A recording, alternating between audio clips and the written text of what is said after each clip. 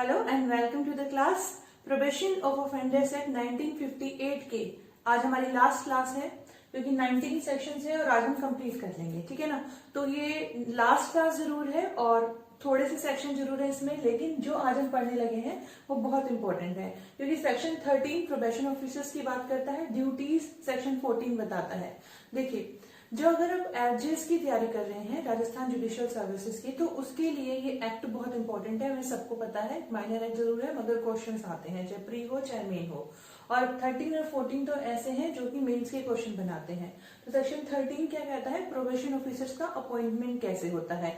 Appointment के लिए section 13 कहता है कि सबसेक्शन 1 में चलिए वो ये बोलता है कि जो होता है सेक्शन 1 का भी क्लोज ए क्या कहता है, कहते हैं कि स्टेट गवर्नमेंट अपॉइंट कर सकते हैं। तो उसको समझिएगा, क्लोज ए कहता है सबसेक्शन 1 का क्लोज ए कहता है कि स्टेट गवर्नमेंट अपॉइंट कर सकते हैं या फिर रिकॉग्नाइज करते हैं। अब जब रिकॉग्नाइजेशन की बात होती है तो किसको रिकॉग्नाइज करते हैं, इसका आंसर हमें सबसेक्शन 1 के क्लोज बी में मिलता है। क्लोज बी कहता है कि कुछ सोसाइटीज होती हैं जो कि अपॉइंट करती हैं, जो कि प्रोबेशन ऑफिसर प्रोवाइड करती हैं स्टेट गवर्नमेंट को, और वो प्रोबेशन ऑफिसर्स को स्टेट गवर्नमेंट रिकॉग्नाइज करते हैं। अब ये कौन सी सोसाइटीज होती हैं, तो सेक्शन 17 जो की बात करता है पावर टू मेक रूल्स, उसके सबसेक्शन 2 के क्लोज सी में ये कहा गया है कि जो स्टेट गवर्नमेंट होती है वो कंडीशंस बनाती है कि कौन कौन सी सोसाइटीज रहती होंगी जिनको हम रिकॉग्नाइज करते हैं, ताकि वो हमें प्रोबेशन ऑफिसर प्रोवाइड कर सके। तो सारी चीजें आपस में लिंक्ड है। कुछ सोसाइटीज ऐसी होती हैं जिनको स्टेट गवर्नमेंट रिकॉग्नाइज करती है क्योंकि स्टेट गवर्नमेंट के पास सेक्शन 17 में ऐसी पावर है कि वो सोसाइटीज को रिकॉग्नाइज करे, और वो सोसाइटीज क्या करती हैं, फिर वो प्रोबेशन ऑफिसर प्रोवाइड करती है। तो सबसेक्शन 1 का क्लोज बी कहता है सोसाइटी भी प्रोबेशन ऑफिसर प्रोवाइड कर सकती है, और क्लोज ए कहता है स्टेट गवर्नमेंट अपॉइंट करती है प्रोबेशन ऑफिसर को, या फिर जो सोसाइटी प्रोवाइड करती है ना उनको रिकॉग्नाइज करते हैं। क्लोज सी कहता है कि अगर एक्सेप्शनल सर्कमस्टांसेस हो, कुछ ऐसे सर्कमस्टांसेस हो कि कहीं और से प्रोबेशन ऑफिसर नहीं प्रोवाइड किया गया, ना तो यहाँ ना फिर यहाँ से, ना तो क्लोज ए क्लोज बी से, तो उस केस में कोर्ट भी क्या करेंगी, अपॉइंट कर सकती है प्रोबेशन ऑफिसर। तो समझ में आ गया। सबसे पहली पावर किसके हाथ में है, स्टेट गवर्नमेंट के पास, फिर सोसाइटी के पास, फिर अगर कहीं से नहीं मिलता तो जो कोर्ट होती है वो भी प्रोबेशन ऑफिसर अपॉइंट कर सकती है।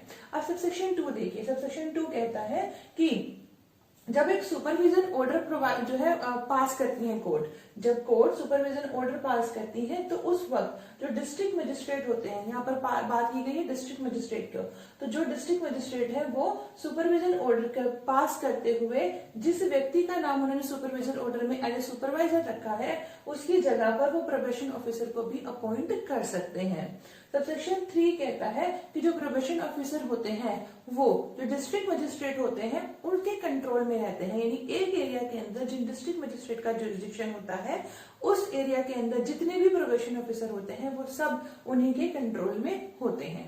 तो सेक्शन 13 ने बता दिया हमें प्रोबेशन ऑफिसर्स क्या कहाँ से अपॉइंट होके आते हैं और किसके कंट्रोल में होते हैं।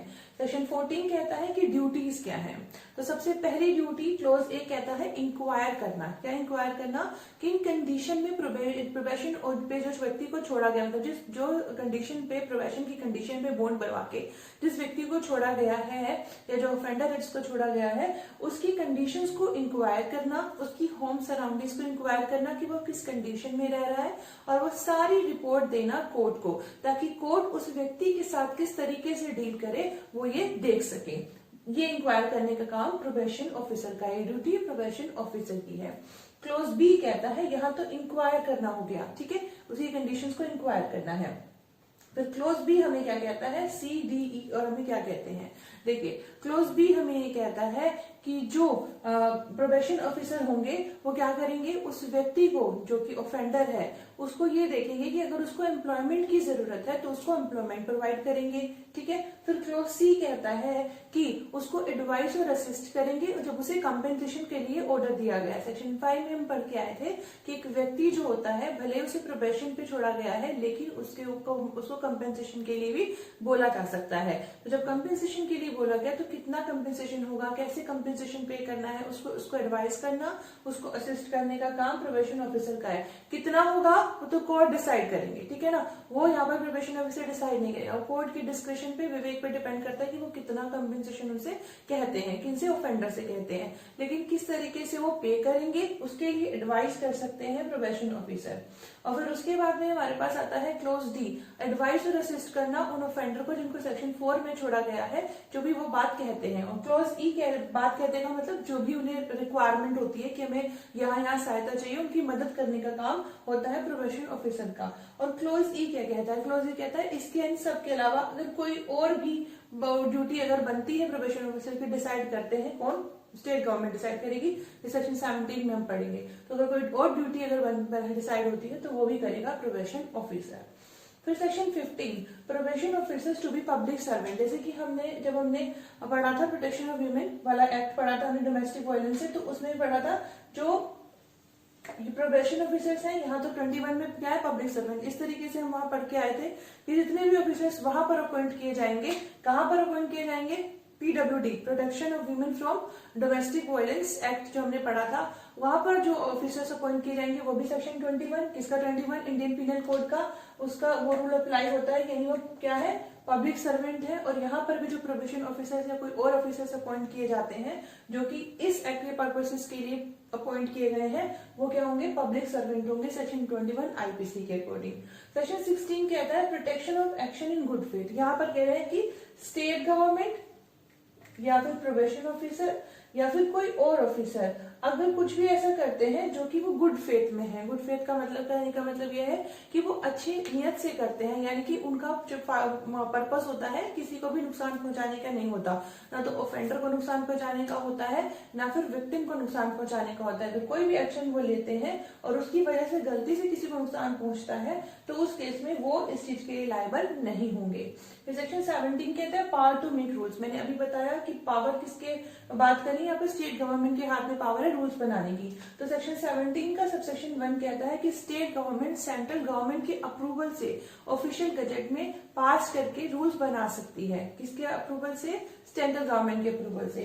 सबसेक्शन 2 कहता है कि कुछ पावर बताई हैं, कुछ चीजें बताई हैं जहां पर स्पेसिफिक कर दिया गया है सेक्शन 2 में कि पर्टिकुलरली ये पावर्स तो हैं। क्या पावर्स हैं? जैसे कि प्रोबेशन ऑफिसर्स को अपॉइंट करने की पावर। फिर उसके बाद में क्लोज, सबसे पहले सबसेक्शन 2 का क्लोज ए कहता है अपॉइंट करने की पावर, किसको? प्रोबेशन ऑफिसर को। क्लोज बी कहता है उनकी ड्यूटीज डिसाइड करने की पावर। क्लोज सी कहता है जो हमने यहाँ पे पढ़ा था कि सोसाइटी को रिकॉग्नाइज करना है। क्लोज डी कहता है उनको जो है रेम्यूनरेशन मिलना, इनको रेम्यूनरेशन मिलेगा प्रोबेशन ऑफिसर को। इसके अलावा जो सोसाइटीज ने प्रोवाइड करा है ना क्या प्रोबेशन ऑफिसर्स को, उनको सब्सिडी देने का काम भी किसका काम होता है? स्टेट गवर्नमेंट का होता है। तो ये सारे रूल्स जो होती हैं कौन बनाती है? स्टेट गवर्नमेंट बनाती है। सबसेक्शन 3 क्लियर करके ये कहता है कि जो भी रूल बनाता है स्टेट गवर्नमेंट, वो रूल पहले तो पब्लिकेशन करना जरूरी है, यानी रूल को एप्लीकेबल करने के लिए एप्लीकेबिलिटी से पहले रूल की पब्लिकेशन होना जरूरी है। और पब्लिकेशन होने की बात भी बोल रहे हैं कि पब्लिकेशन होने से पहले भी क्या करना होगा? स्टेट लेजिस्लेचर के पास सामने रखना पड़ेगा। ये बात क्लियरली कही गई है सबसेक्शन 3 में। अब सेक्शन 18 आ जाइए। सेक्शन 18 कहता है saving of operation of certain enactments, यानी कुछ एक्ट हैं जिनकी की कुछ प्रोविजंस के ऊपर ये एक्ट एप्लीकेबल नहीं होता है। जैसे कि रिफॉर्मेटरी स्कूल के प्रोविजन है, प्रिवेंशन ऑफ करप्शन एक्ट का प्रोविजन है, और जुवेनाइल एक्ट जो होते हैं, बोरस्टो स्कूल से रिलेटेड जो मैटर होते हैं, वहां पर जो होंगे ये एक्ट के प्रोविजन जो होंगे वो एप्लीकेबल नहीं होगा। Saving of operation of certain enactments, तो ये वाले एक्ट के ऊपर ये एप्लीकेबल नहीं होगा। फिर सेक्शन 19 ये आता है सेक्शन 562। अभी जो सेक्शन 562 है ये हमें पता है पुराने वाली सीआरपीसी है 1890, यहाँ पर हमारा सीआरपीसी का 360 है। तो 360 का है कुछ केसेस में एप्लीकेबल नहीं होगा। किन केसेस में? पहली बात तो हमें अच्छे से पता है कि आपको फिर से कह रहे हैं एक म्यान में दो तलवारें नहीं रह सकती। तो जहां पर प्रोबेशन ऑफ ऑफेंडर्स एक्ट आपने लगा दिया है वहां पर जो है सेक्शन 360 नहीं लगेगा। सिंपल सी बात है, सेक्शन 19 यही कहता है। और इसके अलावा सेक्शन 18 के जो प्रोविजन है वहां पर भी नहीं लगता है। और दूसरी चीजें हमने कहा गई कि जहां पर प्रोबेशन ऑफ ऑफेंडर्स एक्ट लगा दिया वहां पर 360 एप्लीकेबल नहीं होगा। तो ये हमारे पास सेक्शंस हो गए और probation of offenders act complete होता है। आई होप आपको क्लास ठीक लगी हो तो आगे की क्लासेस के लिए भी बने रहिएगा। Thank you so much, thanks a lot, keep learning and keep smiling.